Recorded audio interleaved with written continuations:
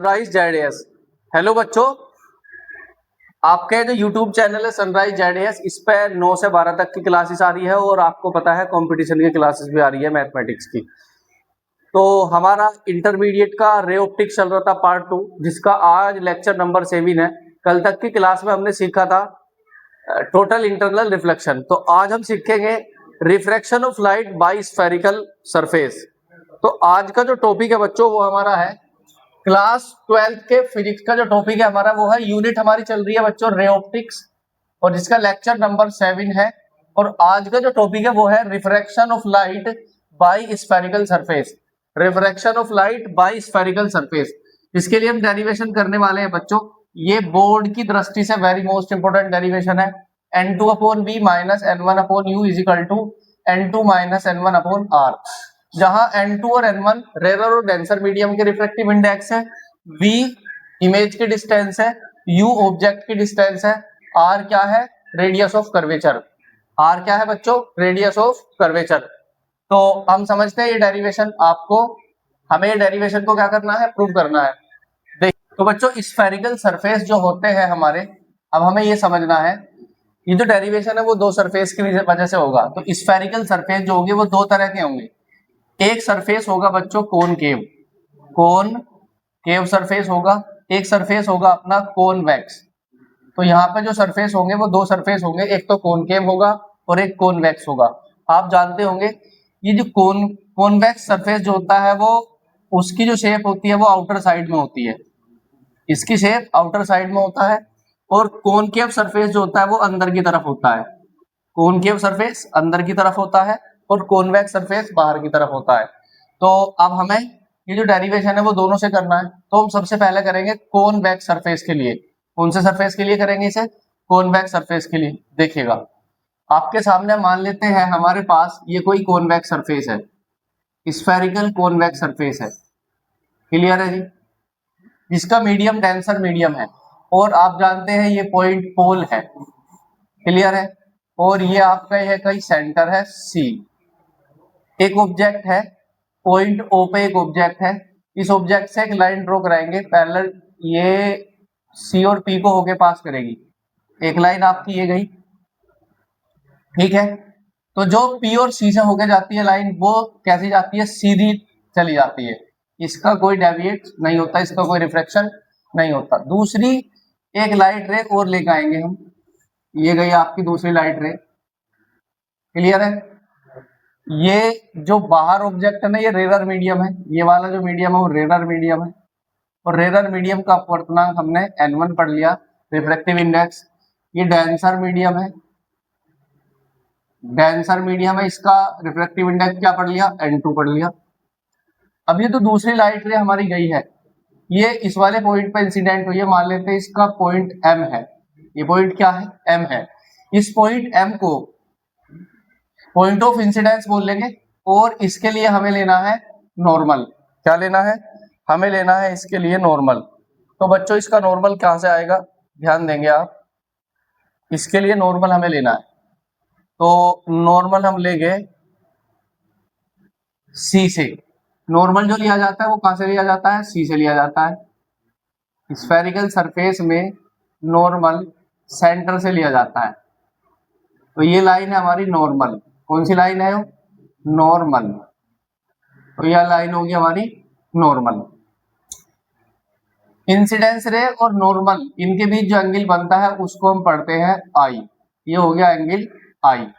अब ये लाइट है रेरर मीडियम से डेंसर मीडियम के अंदर ट्रेवल करेगी। जब रेरर से डेंसर मीडियम के अंदर कोई लाइट रे ट्रेवल करती है तो वो नॉर्मल की तरफ बेंड हो जाती है। देखो ये लाइट रे वैसे ऐसे सीधी जाती, लेकिन क्योंकि बाहर मीडियम रेरर मीडियम है और अंदर मीडियम जो है वो डेंसर है, तो रेरर से डेंसर में जाते हुए ये नॉर्मल की तरफ बेंड हो जाएगी।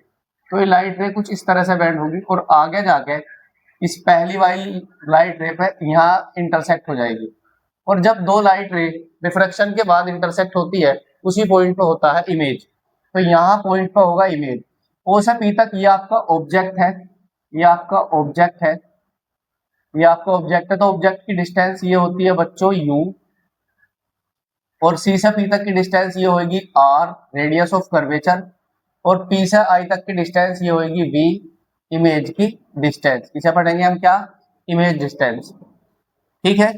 और ये वाली आपकी जो लाइट रे है इसे पढ़ेंगे हम रिफ्रैक्टेड रे, और ये एंगल हो गया आर, आपका आर, ये एंगल कितना हो गया आर। मान लेंगे ऑब्जेक्ट ओ पे एंगल हमने जनरेट किया अल्फा, और सी पे एंगल हमने मान लिया एंगल जनरेट किया बीटा, और आई पे जो एंगल जनरेट किया वो हो गया बच्चों गामा। कौन सा एंगल हो गया, गामा। क्लियर है। अब हम नॉर्मल एम से इस जो लाइन हमारी पहले वाली थी इस पर हमने एक पॉइंट इंसिडेंट, हमने एक नॉर्मल ड्रॉ कर लिया एम और एन, एम और एन। तो अब हम यहाँ थोड़ा सा लिख देते हैं रे डायग्राम से देख के। तो जो ओपी है, ओपी क्या है, माइनस यू के बराबर है ऑब्जेक्ट डिस्टेंस, ऑब्जेक्ट डिस्टेंस, ये है हमारी ऑब्जेक्ट डिस्टेंस। और सीपी किसके बराबर है, सीपी जो है वो आर के बराबर है radius of curvature, radius of curvature, radius of curvature है, ठीक है। और P से लेके I तक की डिस्टेंस वो हो जाएगी आपकी V, इसे कहेंगे हम इमेज डिस्टेंस, इमेज डिस्टेंस, इसको पढ़ेंगे हम क्या, इमेज डिस्टेंस, ठीक है।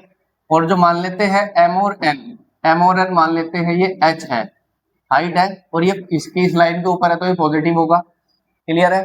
रेरर मीडियम, रिफ्रैक्टिव इंडेक्स किसका, रेरर मीडियम का, रेरर मीडियम का रिफ्रैक्टिव इंडेक्स n1 है, रेरर मीडियम का रिफ्रैक्टिव इंडेक्स n1 है, और डेंसर मीडियम का रिफ्रैक्टिव इंडेक्स क्या है, n2 है। एक लाइट रे हमने इस पे जो ट्रेवल करी तो दो लाइट रे हमारी आफ्टर रिफ्लेक्शन पॉइंट आई पे इमेज बनाती है, ठीक है। तो अब हम इस पे थोड़ी सी ज्योमेट्री अप्लाई करेंगे। तो ज्योमेट्री अप्लाई करने के लिए देखिएगा सबसे पहले हम अप्लाई करेंगे इस पे स्नेल्स लॉ। तो we know that, we know that, हमें पता है स्नेल्स लॉ क्या होता है, Snell's law, Snell's law, Snell's law क्या होता है, साइन आई अपॉन में साइन आर। आपको पता है दो सरफेस के लिए स्नेल्स लॉ हम कैसे अप्लाई करते हैं, तो sine i upon sine r is equal to, अब हमें लिखना होता है रिफ्रैक्टिव इंडेक्स। तो रिफ्रैक्टिव इंडेक्स कैसे लिखेंगे, पहले उस मीडियम का अपवर्तनांक जहां लाइट रे एंटर करती है, भाई मीडियम 2 में एंटर कर रही है तो n2, अब उसका अपवर्तनांक जहां से एंटर कर रही है, रेरर से एंटर कर रही है तो n1, तो साइन आई बटे साइन आर बराबर कितना हुआ, n2 अपॉन n1। चूंकि हमें ये पता है हमारे जो स्फेरिकल सरफेस है वो वेरी स्मॉल है, we know that spherical surface, spherical surface is very small aperture, small aperture, then make by angle, make by angle is very small। हमें ये बात पता है कि जो हमारे सरफेस है वो स्मॉल अपर्चर के हैं, स्मॉल अपर्चर के हैं तो उनसे एंगल जो होंगे वो भी स्मॉल होंगे। तो देन भाई जब एंगल स्मॉल होते हैं ना तो ट्रिग्नोमेट्री के रेशो क्या हो जाते हैं, हटा लिए जाते हैं। तो साइन आई बराबर आई के होगा, और साइन आर बराबर किसके होगा, आर के होगा। तो साइन आई के बराबर होगा और साइन आर के बराबर होगा। तो देन अब क्या कहते हैं, डायग्राम से स्नेल्स लॉ आप यहाँ तक समझे थे आप, साइन आई बराबर आई के होगा और साइन आर के बराबर होगा। क्योंकि हमारे स्मॉल अपर्चर के हैं इसलिए एंगल के ट्रिग्नोमेट्री रेशो क्या कर देते हैं, एंगल से हटा देते हैं जब हमारे एंगल क्या हो, स्मॉल हो। तो अब हमारे पास जो इक्वेशन फर्स्ट है इसका यूज करेंगे, फ्रॉम इक्वेशन फर्स्ट। देखिए फ्रॉम इक्वेशन फर्स्ट का यूज करेंगे। तो पहले जो है हम थोड़ी सी बोर्ड पर जगह बना लेते हैं, इसको इधर कर देते हैं, और यहां से हम उठा करके इसे इधर ले आते हैं।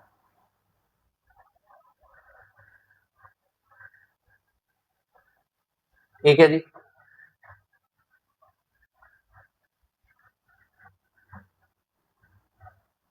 अब हमें एंगल पता करने हैं इक्वेशन नंबर फर्स्ट का प्रयोग करके। फ्रॉम इक्वेशन फर्स्ट हमारे पास है साइन आई बटे sine r is equal to N2 upon N1। तो साइन आई की जगह हम आई प्रयोग करेंगे तो आई अपॉन में आर बराबर में N2 अपॉन N1, तो क्रॉस मल्टीप्लाई कर देंगे तो ये हो जाएगा N1I बराबर N2R, और इसे इक्वेशन नंबर नाम देंगे 2। अब हमें इक्वेशन 2 के लिए I और R की वैल्यू की जरूरत पड़ेगी, तो हमें डायग्राम से हमें I और R निकालने होंगे। तो हमें I पता करने के लिए देखिए डायग्राम में जाएंगे आप। I को पता करना, देखो हमें हमारे पास एक ट्राइंगल जनरेट हो रहा है, उसके अंदर एक ट्राइंगल इस तरह से बना हुआ दिखाई देगा आपको। इस ट्राइंगल को आप ध्यान देंगे, ये ट्राइंगल है आपका M O और C, ये ट्राइंगल देखेंगे आप, इसमें यहाँ एंगल I है और ये एंगल अल्फा है और ये एंगल बीटा है। तो इस ट्राइंगल की एक साइड को आगे बढ़ाया गया है जिससे हमारा एंगल I जनरेट हुआ। तो जो एंगल I होगा वो किसके बराबर होगा? ये I होगा अल्फा प्लस बीटा के बराबर। तो I बराबर होगा अल्फा प्लस बीटा। ये कौन सी प्रॉपर्टी से होता है? ट्राइंगल प्रॉपर्टी होती है बाई एक्सटीरियर एंगल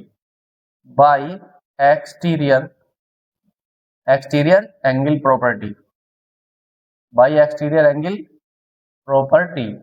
तो इस वाली प्रॉपर्टी से I किसके बराबर होगा? अल्फा प्लस बीटा के बराबर होगा। अब हमें देखना है R की वैल्यू, तो हमें R की वैल्यू फाइंड करने के लिए देखिएगा इसकी जरूरत है, R की वैल्यू निकालनी है। तो अब R की वैल्यू के लिए हमारे पास एक ट्राइंगल है, तो ये वाली कौन से ट्राइंगल से करा हमने? ये करा है बच्चों इन ट्राइंगल कौन कौन सा लिया है? OMC, ये लिया हमने OMC ट्राइंगल से। OMC ट्राइंगल में बाहर I है और अंदर जो है वो अल्फा और बीटा है, तो I बराबर अल्फा प्लस बीटा। अब लेंगे हम इन ट्राइंगल कौन सा लेंगे? MCI,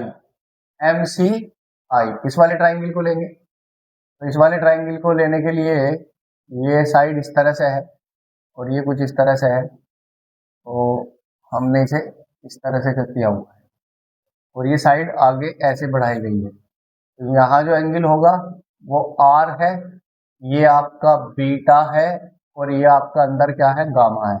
तो इस ट्राइंगल के अंदर अगर आप देखेंगे ये पॉइंट M हो गया और ये हो गया C और ये हो गया I। इस ट्राइंगल में अंदर बन रहे हैं R और गामा, R बन रहा है और अंदर बन रहा है गामा। बाहर कौन बन रहा है? बीटा। तो ये बाहर का एंगल अंदर के दो एंगल के सम के बराबर होगा। ये ट्राइंगल प्रॉपर्टी है R प्लस गामा। इसमें भी यही प्रॉपर्टी लगी बाई एक्सटीरियर एंगल प्रॉपर्टी। तो यहाँ से R पता कर सकते हैं, तो बीटा माइनस के क्या हो जाएगा? गामा हो जाएगा।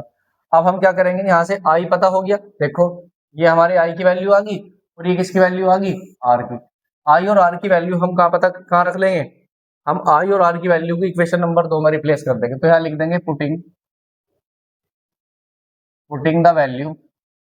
The value of I and R in equation 2। Equation number 2 में I और R की वैल्यू हम रिप्लेस कर देंगे। तो यहाँ हो जाएगा जी हमारा N1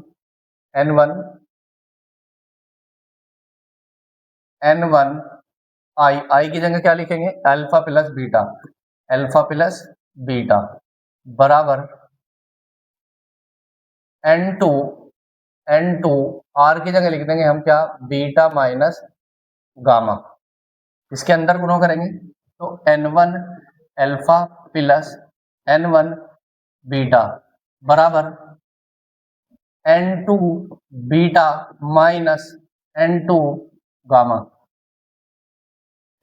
N1 अल्फा माइनस के प्लस हो जाएगा, उधर से इधर लाएंगे उठा के, तो N2 गामा बराबर, इसको इधर ले जाएंगे, इस वाले पद को इधर ले जाएंगे और इसको हम ले आए इधर, तो N2 बीटा माइनस के हो जाएगा N1 बीटा।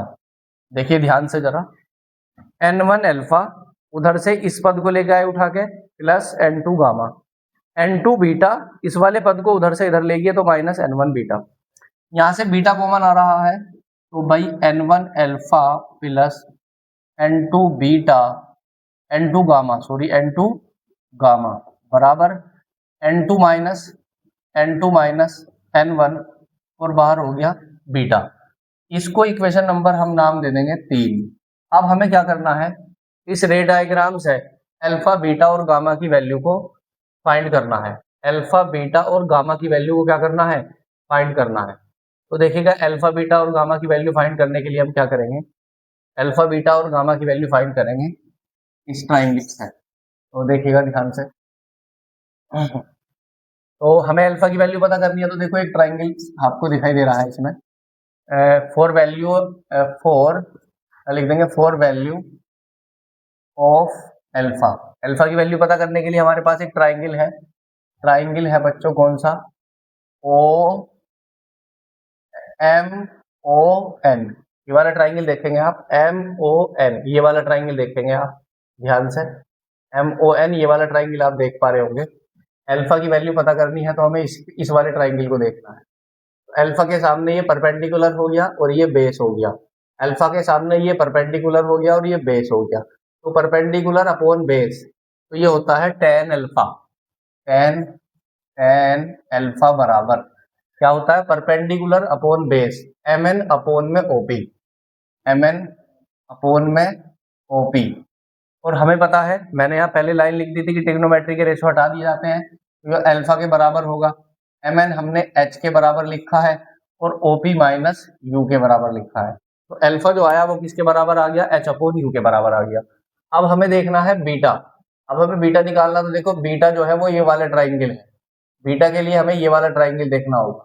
ये ट्राइंगल आप देख पा रहे हैं, ये ट्राइंगल बीटा के लिए निकाल ले जाएगा M C P, M C P in triangle MCP, MCP वाले ट्राइंगल में देखेंगे तो बीटा के सामने परपेंडिकुलर और ये हो गया बेस, बीटा के सामने परपेंडिकुलर अपॉन बेस, तो परपेंडिकुलर अपॉन बेस यानी कि टेन ही होगा, तो टेन बीटा बराबर एम एन अपॉन में कितना आ जाएगा, सीपी। ठीक है, क्योंकि वो एम एन है ना, एन और पी बहुत करीब है इसलिए पी को एन पढ़ा जा सकता है। तो इसलिए हम पी को एन या एन को पी पढ़ा जा सकता है, क्योंकि ये बहुत करीब है, बहुत वेरी मतलब बहुत निकट है, इन दोनों में ज्यादा डिफरेंस नहीं है, बहुत ही करीब है, इसलिए पी को हम क्या पढ़ सकते हैं, एन पढ़ सकते हैं। तो एम एन किसके बराबर है, तो बीटा भी बीटा ही, क्योंकि ये टेन भी इसमें से हटाया जाएगा। यहाँ इस वाली प्रॉपर्टी से मैंने लिखा था, आपको बताया गया था कि हमारे स्फेरिकल सरफेस जो है वो स्मॉल अपर्चर के हैं, देन एंगल भी क्या होंगे इसके, वेरी स्मॉल होंगे। तो टेन से टेन बीटा से टेन हटेगा तो बीटा बराबर एम एन, एम एन किसके बराबर है, एच के बराबर है, और सीपी किसके बराबर है, रेडियस ऑफ कर्वेचर आर के बराबर है। ये देखिएगा सीपी किसके बराबर है, आर के, और ये पॉजिटिव क्वाड्रेंट में है। अब देखेंगे इन ट्राइंगल, इन ट्राइंगल कौन सा ट्राइंगल देखेंगे अब आप, M I T, M I N, M I N, M I N, इस वाले ट्राइंगल को देखेंगे अब आप।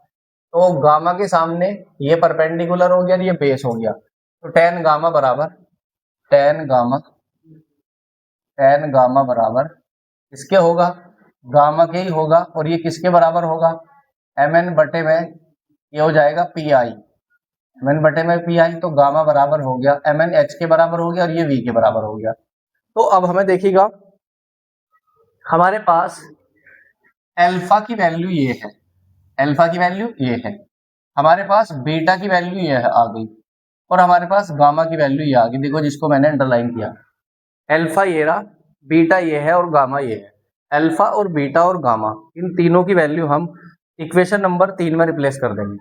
हमें अल्फा बीटा और गामा की वैल्यू किसमें रिप्लेस करनी है, इक्वेशन नंबर 3 में रिप्लेस करनी है। तो हमें इक्वेशन नंबर जो 3 है हमारी, देखिएगा ये वाली जो इक्वेशन नंबर 3 है, इस वाली का अब हमें यूज लेना है, n1 alpha plus n2 gamma बराबर n2 माइनस n1 बीटा। इस वाली इक्वेशन नंबर 3 में हमें अल्फा बीटा और गामा ये तीनों वैल्यू यहां से उठा के रिप्लेस करनी है। तो चलते,